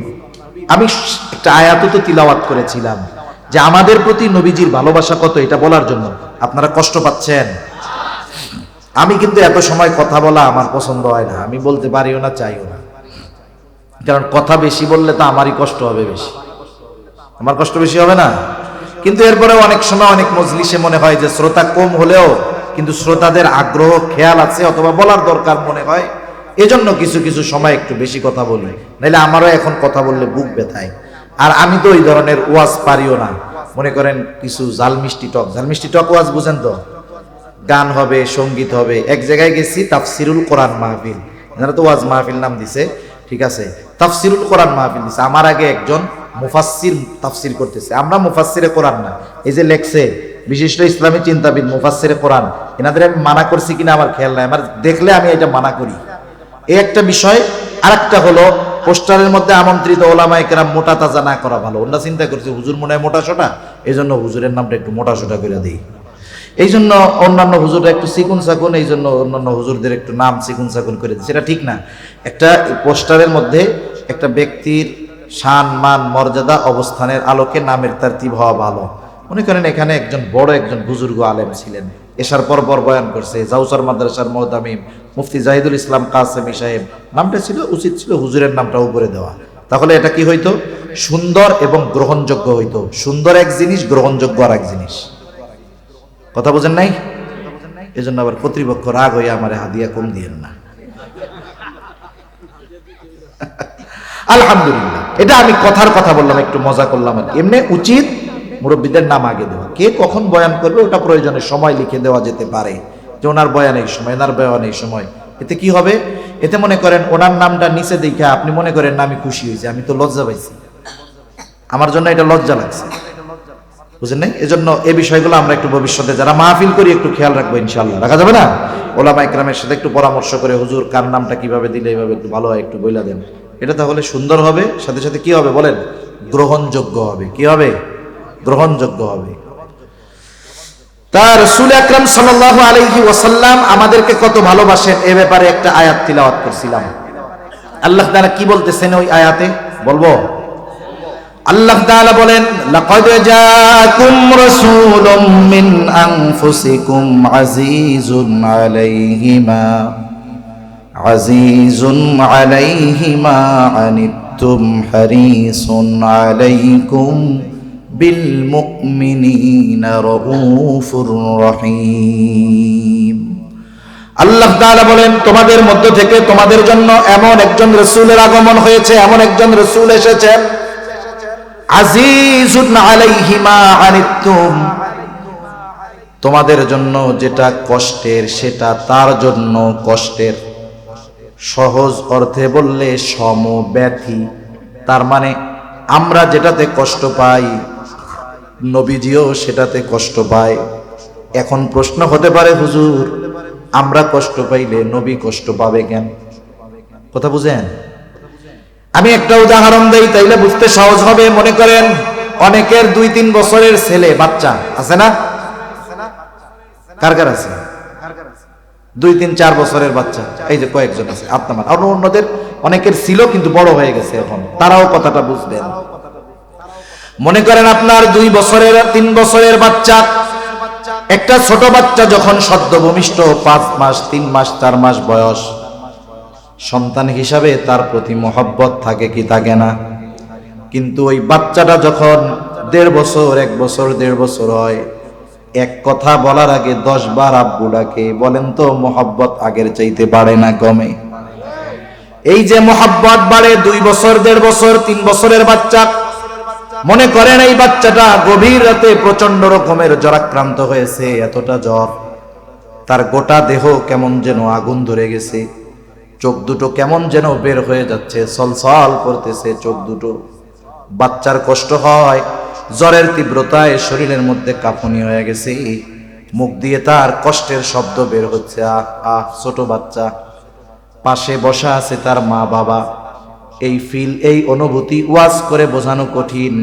আমি যদি ওই মা বাবাকে জিজ্ঞাসা করি যে এই পরিস্থিতিতে পড়েছে, যে বলেন তো ওই বাচ্চা অসুস্থ হয়ে যতটা কষ্ট পায়, তার পাশে বসে থাকা তার মা বাবা ওই বাচ্চার চাইতে কষ্ট কম পায় না বেশি পায়? অসুস্থ সন্তান কষ্ট পায় কে? মা বাবা। কিন্তু অন্য আর এক মা বাবা তো আপনার সন্তানের অসুস্থতায় ব্যথা কষ্ট পাবে না। আপনি কেন পান? কারণ আপনি একে সর্বোচ্চ ভালোবাসেন। নবীজি কেন আমাদের কষ্টে কষ্ট পান? কারণ নবীজি আমাদেরকে মা বাবার চাইতে বেশি ভালোবাসে। এই জন্য নবী চান না তার উম্মত কোনটা জাহান্নামে যাক। এজন্যই আল্লাহ তাআলা বলেন, ও দুনিয়ার মানুষ শুনে না, এই রাসূল হলো এমন এক রাসূল, যেই রাসূল তোমাদের কষ্টের কারণে সে কষ্ট পায়। 2 নম্বর আল্লাহ তাআলা বলেন, হারিসুন আলাইকুম, রাসূল হলেন তোমাদের জন্য কল্যাণকামী, সর্বোচ্চ কল্যাণকামী নবীজি। একটা হাদিস বলি, নবীজি উম্মতের জন্য কখন কোন জায়গায় কোনটা কল্যাণকর সেই দিকে খেয়াল রাখতেন। নবীজি বলেন, আল্লাহ তাআলা সব নবীকে তার উম্মতের ব্যাপারে এক একটা বিষয় এবং ওই দোয়াটা কবুল হওয়ার নিশ্চয়তা আল্লাহ তাআলা দিয়েছেন। সব নবী দুনিয়ায় তার উম্মতের জন্য ওই দোয়াটা করে ফেলছে, আমি ওই দোয়াটা করি নাই, ওটাকে আমি সংরক্ষণ করে রাখছি। কিয়ামতের দিন আমার উম্মতের জন্য ওই দোয়াটা আমি আল্লাহ তাআলার কাছে সুপারিশ হিসাবে করব। কারণ নবী জানে দুনিয়ার মুসিবতের চাইতে ওই সময় মুসিবত বেশি। এই দোয়াটা এই সময় করার চাইতে ওই সময় করলে আমার উম্মতের জন্য কল্যাণকর বেশি হবে। এই জন্য নবী উম্মতের সর্বোচ্চ কল্যাণকামী হিসাবে ওইটাকে সংরক্ষণ করছে। তবে মুমিনদের প্রতি নবীজির ভালোবাসা হলো স্পেশাল ভালোবাসা। সবার জন্য ভালোবাসা আছে, কিন্তু মুমিনদের জন্য কি ভালোবাসা বলেন? স্পেশাল। এজন্য আল্লাহ তাআলা বলেন, বিল মুমিনিনা রাউফুর রহিম, মুমিনদের জন্য তিনি হলেন রাউফ, তিনি হলেন রহিম। আল্লাহ তাআলার অনেকগুলো গুণবাচক নাম আছে। গুণবাচক নামগুলোর মধ্যে অন্যতম 2টি নাম হলো রাউফুর রহিম। এখন বলেন, রাউফুর রহিম কে? আরো জোরে বলেন কে? রাউফুর রহিম আল্লাহ। দুনিয়ার কোন মাখলুক রাউফ হতে পারে না, দুনিয়ার কোন মানুষ রহিম হতে পারে না। অতি সদয় পরম দয়ালু একমাত্র আল্লাহ। কিন্তু নবীজির উম্মতের প্রতি কেমন দয়া, কেমন মায়া, কেমন সদয়, কেমন ভালোবাসা, এটা আমাদেরকে বোঝানোর জন্য আল্লাহ তাআলা নিজের সাথে যেই শব্দ রাউফুর রহিম, ওই 2টি শব্দ নবীর শানে ব্যবহার করে বলতেছে, এই নবী হলো তার মুমিন উম্মতদের জন্য রাউফুর রহিম, অতি সদয় এবং পরম দয়ালু। নবীজি তার উম্মতের জন্য রাউফুর রহিম বলতেছে কে? আরে যার নাম সে যদি আরেকজনের শানে ব্যবহার করে এক্ষেত্রে তো আর শিরক হবে না, আমরা বলতে পারবো না। কিন্তু আল্লাহ বলতেছে এই নবী তার মুমিন উম্মতের জন্য রাউফুর রহিম তথা অতি সদয় পরম দয়ালু। কে? নবীজি। বলেন কে? তাহলে নবী আমাদের কত ভালোবাসে, এর চাইতে আর বোঝানোর কিছু আমার কাছে নাই। নবীজি যে আমাদের, নবী আমরা কত ভালোবাসি সেটা পরে রাখেন, নবীজি আমাদের কত ভালোবাসে এর চাইতে আমি আর কেমনে বুঝাবো, আমার আর যোগ্যতা নাই। আপনারা বুঝতে পারছেন? তাইলে এই পুত পবিত্র ভালোবাসা শব্দটাকে আমরা অপবিত্র বানায় ফেলতেছি, ঠিক না? যেহেতু আল্লাহ ভালোবাসে, আল্লাহকে ভালোবাসতে হবে। নবীজি আমাদের এইরকম ভালোবাসা বাসে। এখন আমরা যদি নবীজিকে ভালো না বাসি, তাইলে আমাদের মতো নালায়েক আর কেউ আসেনি। এখন নবীরে ভালোবাসতে হবে, কেমনে বাসবো? নবীজিও জানে উম্মত তার প্রতি আমার ভালোবাসার খবর যাই না, আমাকেও ভালোবাসতে চাইবে। কেমনে আমার উম্মত ভালোবাসবে? হাদিস বলছিলাম, নবীজি বলেন, উম্মত টেনশন কইরো না। আরে আবু বকর তো নবীকে সামনে পেয়েছে, এই জন্য নবীর কথায়, নবীর মহব্বতে বাড়ির সব সম্পদাই না নবীর সামনে রাখছে। হযরতে তালহা নবীজিকে সামনে পেয়েছে, উহুদের ময়দানে শত্রুর অস্ত্রের আঘাতের সামনে নিজের বুকটাকে নবীর জন্য ডাল বানায়া দিছে। আমরা তো নবীকে সামনে পাই নাই, কেমনে ভালোবাসবো? নবীজিও জানায়া দেন কেমনে ভালোবাসবা, শোনো। মান আহাব্বা সুন্নতি ফাকাদ আহাব্বানি ওয়া মান আহাব্বানি কানা মাই ফিল জান্নাহ। নবীজি বলেন, যে আমার সুন্নতকে অনুসরণ করলো, মোহাব্বত করলো, সে আমি নবীকে ভালোবাসলো। আর নবীকে যে ভালোবাসবে, নবী জানায় দেন নবীর সাথে সে জান্নাতে থাকবে। তাহলে নবীর সুন্নতকে মোহাব্বত করলে নবীকে ভালোবাসা হয়, ঠিক কিনা বলেন? নবীকে ভালোবাসলে নবীর সাথে জান্নাতে থাকা যায়। নবীর সাথে জান্নাতে থাকতে পারা এটা বড় সৌভাগ্যের ব্যাপার। আমরা আমাদের প্রিয়জনদের সাথে একটু সময় কাটানোর কত চেষ্টা করি, কিন্তু নবীর সাথে থাকতে পারা এটা কত সৌভাগ্যের ব্যাপার। নবীজির মুখে যখন হযরত আনাস রাদিয়াল্লাহু তাআলা আনহু শুনলেন, লম্বা হাদিস, নবীজির মুখে শুনলেন, নবীজি বললেন, আল মারউ মা'a মান আহাব্বা, যে যাকে ভালোবাসে তার সাথে অবস্থান করবে। এটা শুনছে হযরত আনাস রাদিয়াল্লাহু তাআলা আনহু বলেন, নবীর সাথে জান্নাতে থাকতে পারবো। এই কথাটা শুনে আমরা তথা সাহাবায়ে কেরাম এতটা খুশি হয়েছে যে ইসলাম আসার পরে আর কোনো কথার দ্বারা আমরা এতটা খুশি হই না। তাহলে নবীর সাথে থাকতে পারা এটা কত বড় সৌভাগ্যের ব্যাপার। এখন নবীর সাথে যদি থাকতে হয়, তাহলে তো আমাদেরকে আগে জান্নাতে যাওয়া লাগবে। জান্নাতে গেলেই না সুযোগ আছে, ঠিক না? এখন জান্নাতে যাইতে চাই কারা কারা? হাত উঁচা করি। নারায়ে তাকবীর, নারায়ে তাকবীর, নারায়ে তাকবীর। জান্নাতে যদি যেতে চাই, নবীজি বলেন, কুল্লু উম্মতি ইয়াদখুলুনাল জান্নাতা ইল্লা মান আবা। নবী বলেন, আমার সব উম্মত জান্নাতে প্রবেশ করবে, আবা উম্মত ছাড়া। জিজ্ঞাসা করা হলো, ইয়া রাসূলুল্লাহ, আবা উম্মত কারা? নবীজি বলেন, মান আতাআনি দাখালাল জান্নাহ ওয়া মান আসানি ফাকাদ আবা। নবীজি বলেন, যারা আমার আনুগত্য করলো তথা আমার সুন্নাত অনুসরণ করলো, এরা জান্নাতে যাবে। আর যারা আমার অনুসরণ করলো না, আনুগত্য করলো না, সুন্নাত মানলো না, নবীজি বলেন এরা আবা উম্মত, এরা জাহান্নামে যাবে। এই দুই হাদিসের সংমিশ্রণ করলে, এই দুই হাদিসের সার নির্যাস হলো, নবীকে যারা, নবীর সুন্নতকে যারা মুহাব্বতের সাথে অনুসরণ করবে, ওই মানুষগুলো জান্নাতে যাবে এবং নবীর সাথে তারা থাকবে। এই নিয়ামত, এই বরকত আমরা সকলে অর্জন করতে চাই কি চাই না? তাহলে আফসোসের বিষয় হলো, এটাও চাই নবীর জন্য জীবনও দিতে পারি, কিন্তু যদি নবীর জন্য সুন্নাতের কথা বলে, সুন্নাত মানতে আমরা রাজি নেই। আপনি যদি নবীর জন্য জীবন দিতে পারেন, তাহলে নবীর জন্য দাড়ি রাখতে সমস্যা কোথায়? আপনি যদি নবীর জন্য জীবন দিতে পারেন, তাহলে নবীর জন্য লম্বা জামা গায়ে দিতে অসুবিধা কোথায়? তার মানে বোঝা গেল, আমরা নবীকে যে ভালোবাসার কথা বলি, এটা আসলে ফেক ভালোবাসা। ফেক ভালোবাসা তো চিনেন, ফেক আইডি চিনেন না? দামি ভালোবাসা, ফেক ভালোবাসা। এই ভালোবাসার দাম আছে, জোরে বলেন না আছে? এখন অনেকে কইব, হুজুর আপনাদের কাছে কি আর সুন্নাত টুন্নাত নাই, খালি দাড়ির কথা কয়। দাড়ি হলো এমন এক সুন্নত, যেই সুন্নাত অন্যান্য অনেক সুন্নাত পালনে সহায়ক হয়। দাড়ি হলো এমন সুন্নত যেটা মানুষকে গুনার থেকে বাঁচায়, ঠিক কিনা করেন? আচ্ছা, মনে করেন একজন লোক এলাকায় আসছে, দাড়ি দড়ি কিচ্ছু, আমি কোনো দাড়ি যার নাই তারে ছোট করতেছি না, আমরা দোয়া করি আল্লাহ তাআলা প্রত্যেকটা মুমিনের মুখকে নবীর সুন্নাত দাড়ির দ্বারা ভরপুর করে দেন। সকলে বলি আমিন। অনেক সময় হতে পারে, এমনটাও হতে পারে, একজন দাড়িওয়ালা মানুষের আল্লাহর প্রতি যেই ভয়, তার চাইতে দাড়িবিহীন লোকটার অন্তরে আরো বেশি ভয় থাকতে পারে কি পারে না? তাহলে আমরা আফসোস করি কেন? যেই লোকটার আল্লাহর প্রতি এত মহব্বত, এত ভালোবাসা, এই লোকটার সুন্নাত মানতে অসুবিধা কোথায়? এই জন্য তার জন্য আফসোস করি। দাড়িবিহীন লোককে ঘৃণা করি না, তাদের জন্য আমরা আফসোস করি। কি করি বলেন না? আফসোস কেন? কার জন্য করেন? যার প্রতি মহব্বত আছে তার জন্য, ঠিক কিনা? সেজন্য কোনো দাড়িজার নাই, তাকে কোনো সময় আমরা টিটকারি করে খোঁচা দিয়ে কথা বলবো না। যা বলার আমি বলি, আপনারা কিছু বলবেন না, দোয়া করবেন, বুঝাবেন। এখন দাড়ির কথা কেন বলি?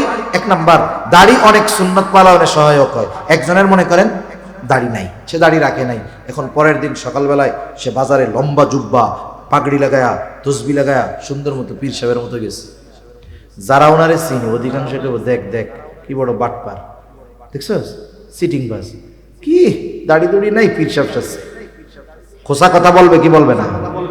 এখন দেখেন, কিন্তু দাড়িওয়ালা যদি ওই পোশাকটা পরে যায়, মানুষের তিরস্কারও করবে না, খোসাও মারবে না, কারণ পোশাকের সাথে সুরাতের সাথে একটা অ্যাডজাস্টমেন্ট আছে, ঠিক কিনা বলেন? এই যে দেখেন, আপনি লম্বা জামা গায়ে দিতে এখন আপনার ঝামেলা মনে হয়, কিন্তু দাড়ি যখন রাখবেন না, এটা গায়ে দিতে আর ঝামেলা মনে হবে না। এরকম অনেক সুন্নাত আছে, এক দাড়ির জন্য সহজ হয়ে যায়। আবার দেখেন, দাড়ির জন্য গোনা থেকে বাঁচা যায়। মনে করেন রাস্তা দিয়ে একটা মেয়ে হেঁটে যাচ্ছে, এই জায়গায় দুইজন, একজন বেনামাজি দাড়িহীন আর একজন নামাজি দাড়িওয়ালা, নামাজি দাড়িবিহীন আর বেনামাজি দাড়িওয়ালা, দুইজনই তাকায় রয়েছে এদিকে। এখন মানুষজন যদি দেখে যে এই দুই লোক তাকায় আছে, ওই দাড়িবিহীন নামাজিরে কিছু বলবে না, দাড়িওয়ালারে বলবো ওরে বাবা দাড়িও রাখো আবার এরকম। তাহলে তার মানে দেখেন, দাড়িওয়ালারা ইচ্ছায় না হলেও অনিচ্ছায়ও অনেক সময় গুনার থেকে বাঁচার চেষ্টা করে। এটা দাড়ির একটা আজমত। কেন দাড়ি রাখেন না? অনেকে বলে দাড়ি রাখলে চাচা বলবে, আরে বলুক না চাচা, অসুবিধা কি? দুনিয়ায় যদি দাড়ি রাখার কারণে কেউ আপনারে তিরস্কার করে, এই তিরস্কৃত হইলেন দুনিয়ার কারো জন্য নয়, তো নবীর সুন্নাতের জন্য হয়েছে, ঠিক কিনা বলেন? আরে আপনি যদি কোনো বড় নেতার জন্য মানুষের কথা শুনেন, মায়ের খান, নেতার কানে যদি খবর যায় যে ভাই এই যে অমুকে আপনার পক্ষে স্লোগান দেওয়ার কারণে এই মায়ের দিছে, এই দিছে, ওই নেতা আপনার টাইনা নিয়ে সবার সাথে সামনে হাত উঁচা করবে, দেখো এই যে আমার একজন নিবেদিত কর্মী, আমার একজন একনিষ্ঠ ভক্ত, দুনিয়ার একজন নেতা যদি তার পক্ষে বলার কারণে তিরস্কৃত হয়, সে যদি মুহাব্বত করে কাছে নেয়, তাইলে মুহাম্মাদুর রাসূলুল্লাহর সুন্নাত অনুসরণ করতে গিয়ে যদি দুনিয়ার মানুষের কথা শুনতে হয়, মুহাম্মাদুর রাসূলুল্লাহ এই মুহাব্বতের প্রতিদান আল্লাহ তাআলার কাছ থেকে নিয়ে দিবেন কি দিবেন না? নবীজির জন্য কথা শুনলে ওই তিরস্কার হবে পুরস্কার। অনেকে বলে হুজুর দাড়ি রাখবো কয়দিন পরে, কোন সময়? বিয়ে শাদী করে লই। তুমি বিয়ে শাদী, দাড়ি থেকে বিয়ে শাদী ঠেকে থাকে নাকি? এই হুজুরকে জিজ্ঞাসা করেন তো, একজনে কি দাড়ির জন্য, বিয়ের জন্য দাড়ি দুড়ি ফালানো লাগছে নাকি? একজনের তো লাগে নাই। তাহলে কেন দাড়িতে বিয়ে তো ঠেকে না? বলে হুজুর দাড়িওয়ালা ছেলে মেয়েরা পছন্দ করে না। বলে মেয়ে দাড়িওয়ালা ছেলে পছন্দ করে না। আমি বলি যেই মেয়ে দাড়িওয়ালা বা দাড়ি পছন্দ করে না, সে কখনোই ভালো মেয়ে হতে পারে না, ঠিক কিনা বলেন? যে নবীকে, নবীর সুন্নাতকে অপছন্দ করে, সে ভালো হয় কেমনে? আপনি হয়তো ওর বংশ, ওই আখেরাতে কি হবে জানি না, কিন্তু ওই মেয়ের বদৌলতে দুনিয়ায় আশা করি ছোট জাহান্নাম দেখতে পারবেন, ঠিক কিনা বলেন? পারিবারিক অশান্তির আরেক নাম হলো ছোট জাহান্নাম, মনে রাখবেন। পারিবারিক অশান্তির আরেক নাম কি? ছোট জাহান্নাম। আরেকজনরে আনছেন, টাকা পয়সা নাই, গরিবের মেয়ে, চেহারা অনেক সুন্দর না, কিন্তু দিনদার। হয়তো এই মেয়েটা বংশীয় না, সুন্দর না, টাকা পয়সা অনেক নাই। বিবাহের আগের ভালোবাসা মানে বিফোর ম্যারেজ আর আফটার ম্যারেজ ভালোবাসার মধ্যে তফাৎ আছে। আপনি দুনিয়াতে যত মেয়ের বিবাহ বিচ্ছেদ দেখবেন, দুই বাচ্চা বিবাহ বিচ্ছেদ হয়ে গেছে, অধিকাংশ মেয়ের চেহারা দেখবেন সুন্দর। কালো মেয়েদের বিবাহ বিচ্ছেদ শতকরা একটা হয় কিনা সন্দেহ আছে। কালো মেয়েদের বিবাহ বিচ্ছেদ ক্যারেক্টার জনিত, চরিত্র জনিত কারণে খুব কম হয়। কিন্তু এই যে বিবাহ বিচ্ছেদ গুলো হয়, দুই বাচ্চারা একার একজনের সাথে চলে গেছে, বিবাহ বিচ্ছেদ করছে, খোঁজ নিয়ে দেখেন অধিকাংশের চেহারা সুন্দর। আমি বললাম ভুল না মিথ্যা? যদি এইটাই হইতো তাইলে সুন্দরী যারা, এই চিত্রনায়িকারা নাকি সুন্দরী, ওদের এক একজনের বিবাহ হয়, কারো হাফ ডজন, কারো 1 ডজন, কারো এক হালি বিয়ে হয়, কোটি টাকার কাবিন হয়, ওই বেলুনের মতো বিশাল আয়োজন করে বিবাহ হয়। ফুটুস করে একদিন দেখি যে এদের মধ্যে বলে বিবাহ শাদী আর নাই। তাহলে আফটার ম্যারেজ আর বিফোর ম্যারেজ ভালোবাসার মধ্যে তফাৎ আছে। বিফোর ম্যারেজ মানে বিবাহের পূর্বের ভালোবাসাতে প্রায়োরিটি পায় চেহারা, টাকা পয়সা, বংশ। কিন্তু আফটার ম্যারেজ স্বামী স্ত্রীর এই ভালোবাসার মধ্যে প্রাধান্য পায় আখলাক, চরিত্র, দিনদারিতা, ঠিক কিনা বলেন? তাহলে যেটা আমার জীবনের প্রয়োজন সেটা আগের থেকে ধরে নিলে সমস্যা কোথায়? এজন্য যারা বলে যে দাড়ি রাখলে সুন্দর ভালো মেয়েরা পছন্দ করবে না, আমি বলি যেই মেয়ে দাড়ি পছন্দ করে না ওই মেয়ে কশ্চিনকালে ভালো হতে পারে না। সর্বশেষ একটা কথা বলি, এ দুনিয়া থেকে আমরা কেউ থাকতে পারবো? আমাদের পূর্বপুরুষ কেউ থাকতে পারে নাই। আপনাদের মাইকেও মাঝে মধ্যে মানুষ মারা গেলে এলান করে না, অমুকে ইন্তেকাল করছে। এখন তো আমরা ওই এলান শুনতেছি, একদিন আমার আপনার এলান এরকম করবে নাকি? 2-4 জন আছেন না হুজুর আমি অমৃত সুধা পান করেছি, আমার কোনো অসুবিধা নেই, আমি আবে হায়াত খাইছি, এরকম কেউ আছে দুনিয়ায়? কেউ থাকতে পারবে না। আমি শুধু একটা চিন্তা আপনাদের মাথায় ঢুকায় দিতে চাই, একটু চিন্তা করেন। আমার আপনার যখন মরণ হবে, আমি মরি আর আপনি মরেন, যেহেতু লেভেলে আছে মুসলমান, পরিচয়টা মুসলমান, আমাকে আপনাকে সুন্দরভাবে গোসল দিয়ে কাফন পরিয়ে লাশের খাটিয়ায় উঠায়া জানাজার ময়দানে নিয়ে যাওয়া হবে, জানাজা হবে। এবার লাশটাকে নিয়ে যাওয়া হবে কবরের পাশে। কবরের মধ্যে 2 জন ব্যক্তি নামবে, উপর থেকে 2 জন আমার আপনার দেহটাকে ধরায় দিবে, নিথর দেহ। এই যে যখন কবরস্থ করা হয় লাশ, এই সময় একটা দোয়া পড়া হয়, বিসমিল্লাহি ওয়া আলা মিল্লাতি রাসূলিল্লাহ। এই দোয়া একদিন এখন আমরা হয়তো পড়ি, এক সময় আমাদের ব্যাপারে পড়বে। কি বলা হয় এই দোয়ার মধ্যে? একটু দিলের কান দিয়া শুনেন শেষ কথা। কি বলা হয়? মূলত বলা হয় এই কথা, আল্লাহ, আপনার নামে এমন একজন মানুষকে এখন কবরস্থ করতেছি আল্লাহ, যার গোটা হায়াত সুন্নাতের উপরে অতিবাহিত হয়েছে। যখন সে মারা গেছে সুন্নাতের উপরে ছিল, যখন তাকে কবরস্থ করতেছি এখনো সুন্নাতের উপরেই আছে। এমন এক ব্যক্তিকে আপনার নামে এখন কবরে রাইখা দিতেছি, এই কথাটাই মূলত বলা হয়। কষ্ট নিয়েন না, আমি শুধু এতটুকু কথা বলি, আমরা কে কোন সময় মারা যাব বলা যায় না। এখান থেকে আমি বাসায় নাও ফিরে যেতে পারি, এর কোনো নিশ্চয়তা নাই। একটু চিন্তা করে দেখেন, এই দোয়াটা পড়ে অথবা এই কথাটা বলে যেই লোকটাকে কবরস্থ করা হলো, দেখা যাবে গোটা জিন্দেগি সে কখনো সুন্নাতের পাশ দিয়াও হাঁটে না। না তার চেহারায় সুন্নাত আছে, না তার কর্মে সুন্নাত, না তার লেবাসে সুন্নাত ছিল। একটু বুঝে থাকলে জবাব দিবেন, যেহেতু মুসলমানের সন্তান, তার ব্যাপারেও এই দোয়াটা পড়া হবে কি হবে না? কিন্তু বলেন তো, তার বাস্তবতার সাথে আর এই দোয়ার কথার সাথে মিল আছে কি? এখন তার ব্যাপারে এই দোয়াটা সত্য হবে নাকি মিথ্যা হবে? শুধুমাত্র এতটুকু অনুরোধ করি, কোন সময় মরণ হয় বলা যায় না। আমি যদি এখনই মারা যাই অথবা আগামী দিন মারা যাই, 2 দিন পরেও যদি মারা যাই, যখন আমাকে কবরস্থ করা হবে, ওটা হবে আমার অনন্তকালের সফরের প্রথম মঞ্জিল। আমাকে আপনাকে যেন মিথ্যা কথা বলে কবরে না রাখা লাগে, অথবা যেই কথাটা বলবে ওটা আমার আপনার জন্য যেন সত্য হয়, আমার আপনার সাথে যদি কথাটার মিল থাকে, আমার আপনার ব্যাপারে যেন কথাটা সত্য হয়। এই আলোকে যদি জীবন না সাজাতে পারি, মনে রাখবেন ওই জীবন বড় ক্ষমতার অধিকারী হতে পারে, ওই জীবন কোটি কোটি ডলারের মালিক হতে পারে, কিন্তু আল্লাহর কসম ওই কথাটার সাথে যদি আমার আপনার জীবনের বাস্তবতার মিল না থাকে, আমি আপনি সফল হতে পারি নাই, তাহলে আমার আপনার নামটা ব্যর্থদের তালিকায় চলে যাবে। এজন্য জীবনটাকে আমরা ওইভাবে সাজাবো, সাজানো যাবে তো ইনশাআল্লাহ। আমরা আল্লাহ এবং রাসূলকে সর্বোচ্চ ভালোবাসি এবং তাদের ভালোবাসার প্রমাণ দেওয়ার জন্য যা করার দরকার সেটা যদি করতে পারি, তাহলে ঈমান কামেল হবে।